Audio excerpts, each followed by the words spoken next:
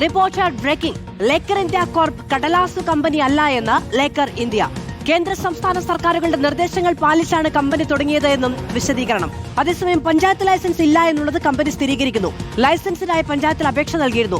രേഖകളിൽ തിരുത്തൽ വരുത്താൻ പഞ്ചായത്ത് നിർദ്ദേശിച്ചു. തിരുത്തലുകൾ വരുത്തിയ അപേക്ഷ വീണ്ടും സമർപ്പിക്കുമെന്നും ഡോക്ടർ അനീസ് വാർത്താക്കുറിപ്പ് ഇറക്കി.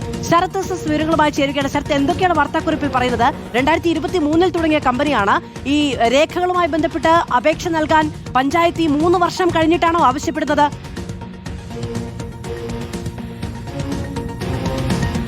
മാധു, അതായത് ലേക്കർ ഇന്ത്യ കോർപ്പ് എന്ന സ്ഥാപനത്തിന് ഇതുവരെ ലൈസൻസ് ഇല്ല എന്നുള്ള വാർത്ത നമ്മൾ ഇന്നലെ റിപ്പോർട്ട് ചെയ്തിരുന്നു. അതിന് പിന്നാലെയാണ് ഇപ്പോൾ എന്തായാലും കമ്പനി തന്നെ വിശദീകരണവുമായി രംഗത്ത് വരുന്നത്. എന്തായാലും ലൈസൻസ് ഇല്ല എന്നുള്ള കാര്യം ഈ വിശദീകരണത്തിൽ തന്നെ ഈ പങ്കാളി കൂടിയായ ഡോക്ടർ അനീസ് വ്യക്തമാക്കുന്നുണ്ട്.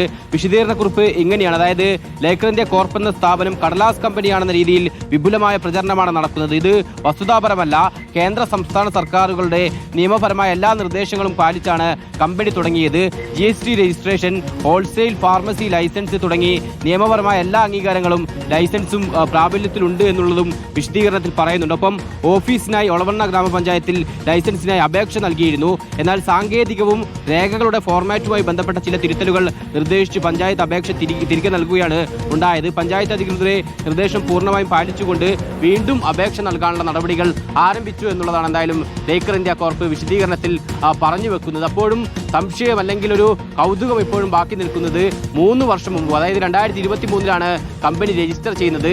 ഇതുവരെ ഈ സാങ്കേതിക പ്രശ്നങ്ങൾ പരിഹരിക്കാൻ സാധിച്ചില്ലേ, ലൈസൻസ് എടുക്കാൻ സാധിച്ചില്ലേ എന്നുള്ളതാണ്. മാത്രമല്ല, ഒളവണ്ണ പഞ്ചായത്ത് എന്ന് പറയുന്നത് LDF ഭരിക്കുന്ന പഞ്ചായത്താണ്.